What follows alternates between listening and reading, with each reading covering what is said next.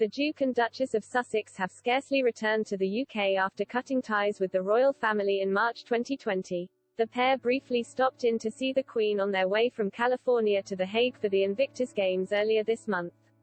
But the decision to try to have their own life away from the firm could come back to bite the Duke and Duchess in the future, a royal biographer has told Express.co.uk. Ian Lloyd, the author of the newly published The Queen, 70 Chapters in the Life of Elizabeth II, warned that the Sussexes could wind up much like the Duke and Duchess of Windsor if they continue on the current path. Mr. Lloyd commented, they could eventually end up like the Duke and Duchess of Windsor, where they're just a sort of mini-court, miles away from Britain.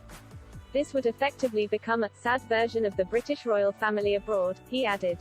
The Duke of Windsor was the title King Edward VIII eventually adopted after he ascended, then abdicated, the throne in 1936. His reign from January to December 1936 ended when he renounced the throne to marry Wallis Simpson, an American socialite and divorcee.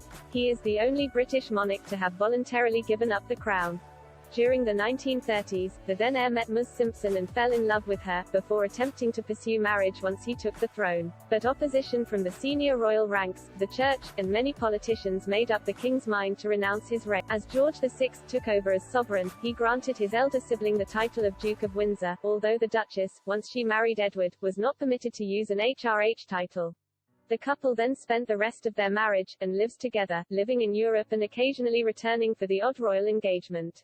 The similarities between the Windsors and the Sussexes, Mr. Lloyd predicted, could mean that Harry's decision to remove himself from the firm for love and live overseas may come back to bite him in years to come. He added, it happened with the Windsors, it happened with anybody who tried to have their own life.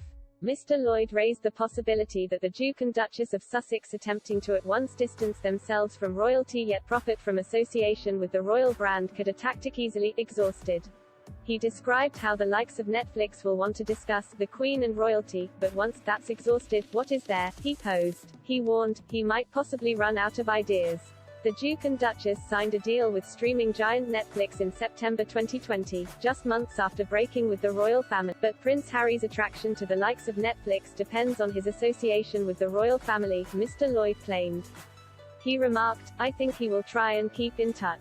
He described how continued links to the royal family boosts his Harry's own image, adding, he still needs to remember those roots.